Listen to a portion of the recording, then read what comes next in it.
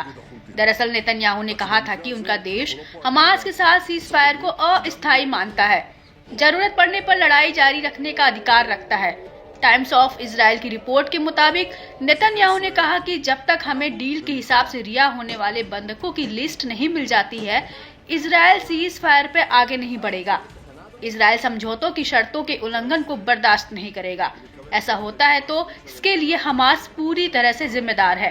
वहीं यमनी हमलों पर इजरायली मीडिया आउटलेट ने बताया कि सायरन बजने के बाद हुतियों की मिसाइल मध्य इजराइल में गिरी। वहीं इजरायली सेना ने कहा कि गिरे हुए धातु के टुकड़े से मामूली नुकसान हुआ है। उधर समूह ने दावा किया कि हुतियों ने तेल अवीव के बेन गुरियन में मौजूद इंटरनेशनल एयरपोर्ट और रक्षा मंत्रालय को निशाना बनाया। इस हमले से इजराइल के हवाई अड्डे पर भारी तबाही मची है और कई रनवे बर्बाद हो गए। इस हमले में धुल्फिकार बैलिस्टिक मिसाइल का इस्तेमाल किया गया है। ऐसे में हुती विद्रोहियों ने इजराइल को चेताया कि अगर इजराइल हमास के साथ युद्ध विराम की शर्तों का सम्मान नहीं करता है तो वो अपने हमले जारी रखेगा। इजराइल को और उसके नागरिकों को ऐसे ही हमलों से डराता और नुकसान दिलाता रहेगा।